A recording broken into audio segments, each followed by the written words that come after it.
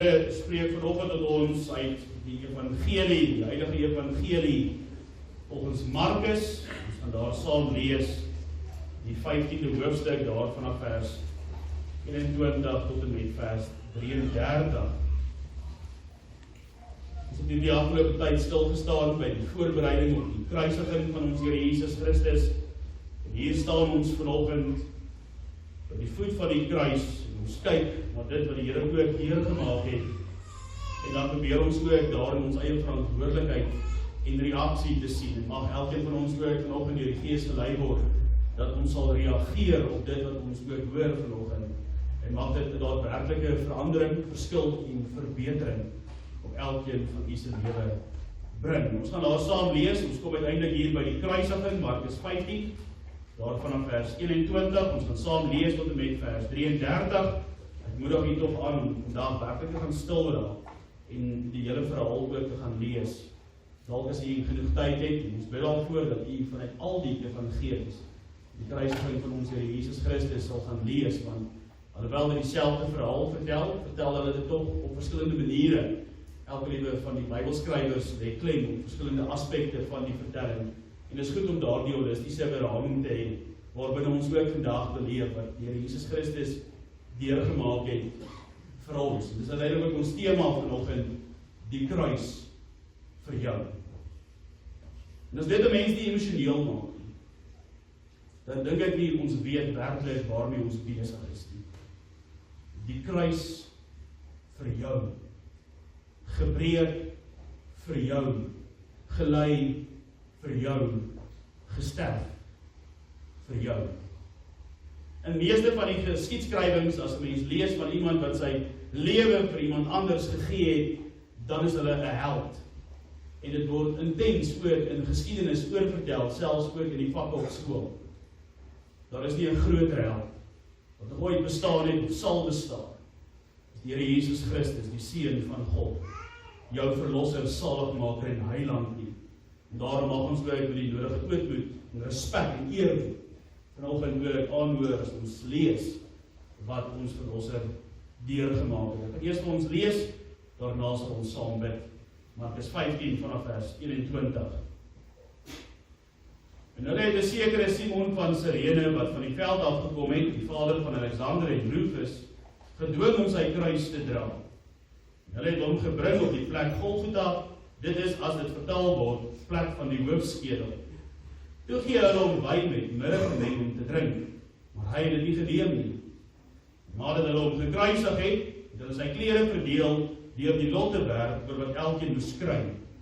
Dit was die 3de uur toe hulle hom gekruisig het. Die opskrif van sy beskuldiging was bokant hom geskrywe, die koning van die Jode. Hulle het ook 2 rowers saam met hom gekruisig, een aan sy regter en een aan sy linkerkant. En die skrif is vervul wat sê, en hy is by die misdadigers gereken. En die verbygangers het hom gesmaak, terwyl hulle hom hoofskud en sê, ha, u wat die tempel afbreek en in 3 dae opbou, verlos uself en kom af van die kruis. En so het ook die owerpriesters saam met die skrifgeleerdes gespot en vir mekaar gesê, ander het hy verlos, homself kan hy nie verlos nie. Laat die Christus, die koning van Israel, nou van die kruis afkom, sodat ons kan sien en glo.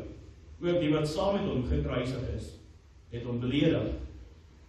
Toe dit die 6de uur was, kom daar duisternis oor die hele aarde tot die 9de uur toe. Tot sover die skriflesing vanoggend se gedeelte, maar elkeen wat dit gehoor het ook glo dit as God se stem wat met ons gepraat het deur die woord, en mag ons ook 'n saligheid in Christus Jesus ervaar en beleef. Saligheid wat natuurlik beteken daardie proses van redding, die Vader se redding deur sy Seun se bloed. En dit is dan ook wat dit beteken om salig, welgelukkig salig te wees.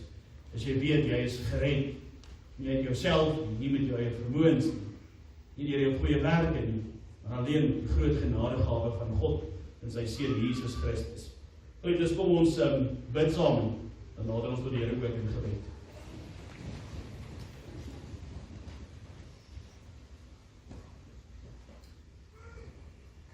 O Here, ons Here,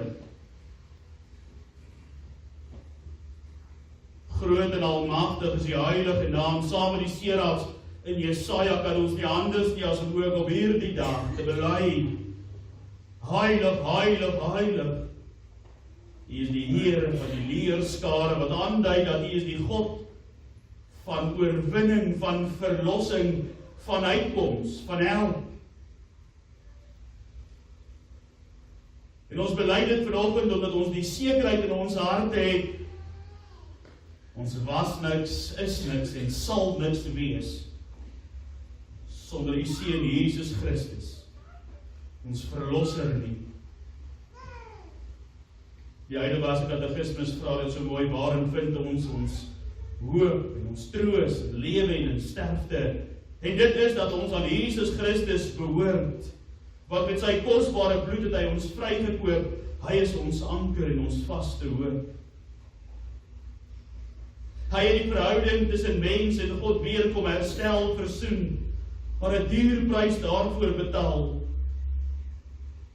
sy eie lewe. En dit is wat ons dan ook vanoggend hier by mekaar bring. As ons werklik daaroor nadink, dan maak dit ons harte seer en die trane lê vlak. Jesus moes sterf, dat ons vanoggend hier kan wees. Dat ons vanoggend hier in die kerk van Christus kan wees. Nog steeds by hoop, nog steeds by troos, en nog steeds al die goeie gawes van genade wat ons onverdiend uit die Vaderhand uit ontvang. Dit is die Here Jesus Christus wat ons vanoggend hier by mekaar bring, en die Heilige Gees wat dit in ons aanroep wakker, dat ons ook vanoggend kan sê, dit borrel in my, want ek is so bly, Jesus het my lief, vir my het hy gesterf en gered van verderf. Ja, Jesus het my lief. Wat 'n voorreg, wat 'n belydenis, wat 'n sekerheid.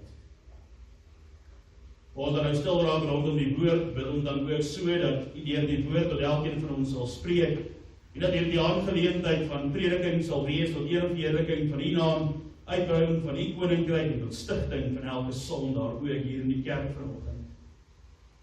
Ons bid, Here, dat elkeen wat moet hoor, sal hoor. Dat elkeen wat moet bely, sal bely. Dat elkeen wat moet berou hê, berou sal hê. Dat elkeen wat in die geloof moet groei, sal groei. Want ons weet die uitdagings in vandag se tyd baie, die beproewinge nog meer. Reg deur die geskiedenis van die Bybel, waar U deur die figuur van die mens werk, sien ons dat U die mens in staat stel om staande te bly.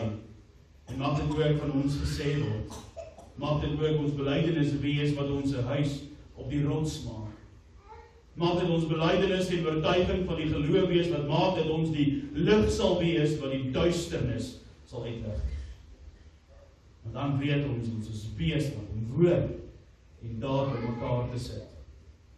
Ons bid so, Here, dat U ons in hierdie laaste paar minute sal voorberei op die gebruik van die nagmaal. Dat U dit in ons harte sal seën en ook in ons gedagtes. En dat dit ruim sal wees, dat ons werklik wanneer ons die voorreg sal geniet om aan te sit saam met medebroers en susters in die geloof, dat ons met 'n vrymoedige hart voor U sit, want dit is wat die woord vir ons leer. As ons hart ons gerus stel, dan het ons vrymoedigheid teenoor God. As ons harte geondersoek het en regverdig gevind het, dan het ons vrymoedigheid teenoor U. En mag ons in hierdie geleentheid vanoggend, op goeie Vrydag, elkeen van ons, groot en klein, vrymoedigheid teenoor die lewende, enigbare God het. Ons wil dat U ons sonde sal vergewe, dat U die ongeregtigheid van ons harte af sal wegneem, die onreinhede sal reinig, en U ons sal heilig maak, want dit is 'n oproep wat U vir ons gee, wees heilig, want ek is heilig. En mag ons elkeen ook dan vanoggend met daardie heilige roepstem antwoord. In Jesus naam bid ons dit deur die kragvolle inwerking van die Heilige Gees. Amen.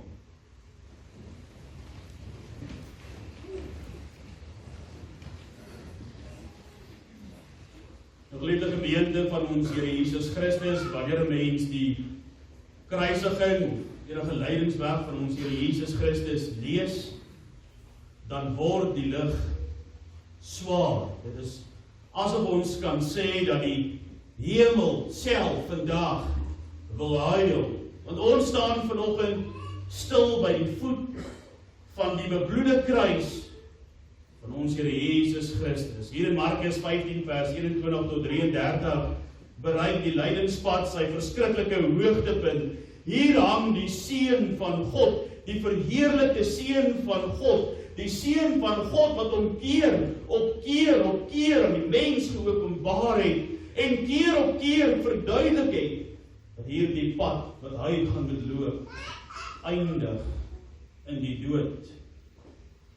Nie maar net toevallig nie maar net omdat dit so moet wees nie, maar nee, vir jou, vir my, vir ons persoonlik, vir elke sonde wat ons al ooit gedoen het. En luister vandag, dit is 'n oproep met jou hele hart. Laat die Heilige Gees vanoggend jou oë oopmaak en as te ware werklik vanoggend jou hart breek. Jou hart oopbreek en selfs ook smelt.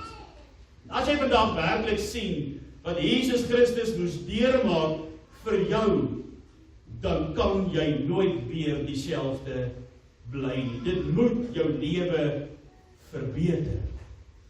Dit moet jou lewe verander en meer inrig, soos dit God behaag. As jy werklik met 'n geopende hart en ore en begrip luister na dit wat die Here Jesus Christus, die Seun van God, moes deurmaak vir jou. Die Here Jesus Christus is hier al reeds onregverdig veroordeel. Hy moes al reeds aangehoor het hoe die skare uitroep en uitskree, ons soek vir Barabbas, Barabbas. En die Here Jesus Christus, hy moet gekruisig word, laat hom kruisig, laat hom sterf. Hy is reeds hier gegeesel, 39 houe met 'n sweep vol spykers, hakkies en ander skerp voorwerpe, waar die een hou na die ander weefsel van sy been afskeer, dat die mens later die organe van Jesus kon aanskou en sien. Na daardie pyniging en daardie seer wat hy moes deurmaak, waar hy elke druppel van die pyn ervaar en beleef het, kom hier die wrede Romeinse soldate en hulle sleep deur Jesus Christus uit die stad uit, skaars lewendig. Bloeddruppels vorm 'n duidelike pad waar die Here Jesus Christus was. Sy bene soop onder hom, hy val, die kruishout is te swaar en druk genadeloos op sy oop, stikkende seer skouers.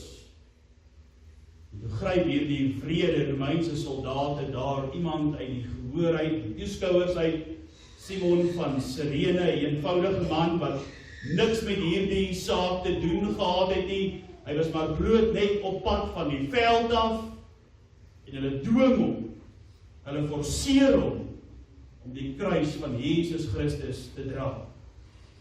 Dink net vir 'n oomblik daaroor, geliefdes in ons Here. Dink mooi, die een wat die hele heelal, die ganse skepping, die sigbare en die onsigbare dinge met een woord geskape het. Die een wat in die woord van die Here vir ons leer dat die wêreld, dit wat ons ken, maar bloot net 'n voetbank vir sy voete is nou so gebreek. Hy het so seer dat hy nie eers sy eie kruis 'n stuk hout kan dra nie. Die sonde van die mens, jou sonde, my sonde, het dit so swaar vir hom gemaak, die skepper van die heelal, dat hy in mekaar gesak het, dat hy nie meer kon nie. En 'n vreemdeling daarvan uit die toeskouers moes hom help dra aan die hout van die kruis, wat eintlik vir ons, ja, vir die mens bedoel was. Hoe swaar, hoe moeilik, hoe bitter moes die gewig van die sonde nie gewees het nie, dat die Seun van God self daaronder ineenstort. 'n Mens sal dink dat die verhaal eintlik hier al moet stop, want dit wat Jesus al tot hiertoe deurgemaak het, is wreed, is seer, is moeite. Maar daarna, na al hierdie dinge, bring hulle hom na Golgotha, die plek van die hoofskedel, 'n kaal verlate heuwel net daar buite die stad van Jerusalem, die plek waar mense kom om met vernedering te sterf. Die laagste vlak van die mense, van die samelewing, word daar ter dood veroordeel, dat almal kan sien wie is hulle, dat hulle selfs na die dood nog verneder word. Daar by Golgotha bied hulle vir hom wyn met mirre gemeng aan, 'n tipe van 'n verdowingsdrankie of verdowingsmiddel om 'n bietjie van die pyn te verlig. En ons is al te haastig om gou 'n hoofpynpil te drink as ons kop seer is, of wanneer ons 'n bietjie ongesondheid beleef, of wanneer ons siek is. Hier bied hulle vir die Here verdowingsmiddel aan om dit wat voor lê 'n bietjie meer verdraagsaam te maak. Maar in my geestesoog sien ek hoe die Here Jesus Christus met sy bebloede, gebreekte lyf sy kop wegdraai. Hy weier dood eenvoudig om verdoof te word. Hy wil elke oomblik van hierdie verskriklike pyn wat nou voor lê voluit beleef, ervaar en voel. Hy wil as die ware die hel proe, sodat ek en jy dit nooit in ons lewe sal hoef te proe nie. En na dit alles, daarna eers kom die spykers, tussen 20 en 30 centimeter lang, die spykers. En die eerste spyker word deur sy hand gedryf, deur die hand wat blinde mense laat sien het, wat siek mense gesond gemaak het, maar die hande, ja, wat kindertjies geseën het. En die hamer slaan hard, gevoelloos, maar met doel om leed aan te doen.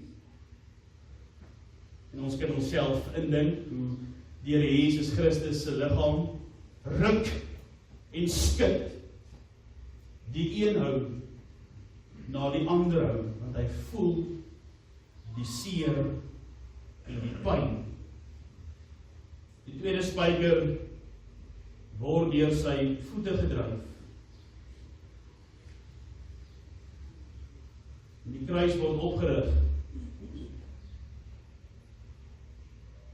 Hulle tel daai kruis op, en soos daai houtkruis in die gat val, skeer sy gewrigte oop. En hulle het hom net hier in die gewrig ingeslaan, want daar was nie genoeg bene, senings, om hom bo te hou as hulle dit deur sy hande geslaan het, en hier in die gewrigte. En soos daardie kruis skud, soos hy in die gat val, skeer hierdie wond in sy gewrigte oop. Sy longe word vasgedruk, en van daar af is elke asemteug, elke probeerslag om net asem te haal, 'n marteling. Sy spiere brand. Die son brand neer op sy oopwonde, en dorstigheid brand soos vuur in sy keel. En dis die beeld wat ons ken, aangaande die kruisiging van ons verlosser en saligmaker, en daar hang hy. En rondom hom, by die voet van die kruis, lag die mense, spot die mense. Is daar minagting vir die man wat daar aan die kruis sterf, die man wat deur die Ou Testament voorspel is, volgens al die profete en profeseë, as die een wat moet kom om hulle wat daar staan en lag en spot, om hulle te red, om vir hulle hoop te gee. nooit sal beleef wat hy tans besig is om te beleef nie. Sy klere word deur die soldate uitgeloot, uitgedeel, asof die Here Jesus Christus dood is. Kaal en verneder aan die koning van die konings daar, die naam van alle name, jou verlosser. En bokant sy hoof is daar 'n bordjie wat hom spot, die koning van die Jode. En hulle spot vir die waarheid, hulle spot vir die seun van God, die verheerlikte seun van God, sonder dat hulle dit besef. En om dinge erger te maak, 2 rowers word saam met hom gekruisig. Een aan sy linkerkant en een aan sy regterkant. Die onskuldige seun van God hang tussen 2 wrede misdadigers. Die skrif word vervul, want daar staan geskrywe, hy sal saam met die misdadigers gereken word, en hy word behandel asof hy self 'n skurk is. Hy word behandel asof hy self die misdadiger en die moordenaar is. Omdat hy jou sonde op hom geneem het, jou skuld het sy skuld geword, en jou straf het sy straf geword, en dan word die spot nog harder, verbygangers skud hulle koppe en roep spottend uit, aha, ja, jy wat die tempel afgebreek het, en in 3 dae opgebou het, verlos jouself, en kom van die kruis af. Die owerpriesters en skrifgeleerdes lag saam en sê, ander het hy verlos, maar homself kan hy nie verlos nie. Laat die Christus, die koning van Israel, nou van die kruis afkom, sodat ons kan sien en glo. Selfs hierdie misdadigers, selfs hierdie kriminele wat langs hom hang, lag vir hom en beledig hom. Nou geliefdes, dit is die verhaal van Jesus Christus. Die wat sy lewe opgeoffer het vir jou. Kan jy dit hoor, geliefdes, vir 'n oomblik? Terwyl hy in die grootste pyn denkbaar hang, word hy uitgelag deur mense vir wie hy juis sy lewe gee. Hulle verstaan nie, hy kon afkom, hy kon homself red, maar hy bly daaraan. Hy bly daaraan daai kruis hang, omdat sy liefde vir jou groter was as sy eie eer, omdat sy liefde vir jou groter is as sy eie lewe. Hy het gekies om nie af te kom nie, want jou lewe, jou tyd hier in die tydelike, is vir hom belangriker. En dan op die 6de uur, 12:00 die middag, word dit skielik donker, pikdonker. 3 ure lang, sakke dik, swart, duisternis oor die hele land. Die son steek sy gesig weg, en God die Vader kan ons sê, trek 'n gordyn toe. Want nou met Jesus Christus, hierdie seun van God, alleen die heilige toring van God dra, die helse smart self sak op Jesus neer, en hy drink die beker van God se oordeel, elke laaste bitter druppel, tot op die einde toe. En om dinge nog erger te maak, hoor ons hoe Jesus pleit en smeekend aan die kruis roep, my God, waarom het U my verlaat? Want die Vader het homself onttrek van sy seun in sy moeilikste doodsuur en angs van sy lewe hier op aarde. Weggekyk, sy rug op hom gedraai. Daar en dan ontvang die Here Jesus Christus die loon van die sonde, wat ek en jy veronderstel is om te beleef en met vrees na uit te kyk, die dood, al is hy sondeloos. Hy beleef die donkerte alleen vir jou, en hy sê, dit is volbring.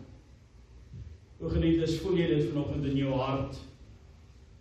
Ek sien jou daar in jou gees, so hang aan die kruis, bloeiend, gebreek, verneder, verlate, vol pyn, seer, leed, moeg, alles vir jou. Ja, geliefdes, vir jou sonde, jou ongehoorsaamheid, jou leuns, jou oneerlikheid, jou woede, jou geheime sondes, wat niemand anders van weet nie, jou verslawings, vir elke liewe keer wanneer jy iets anders bo hom stel, hang hy daar, sy bloed drup op die grond, met jou naam op, sy liggaam geskeur, die organe sigbaar.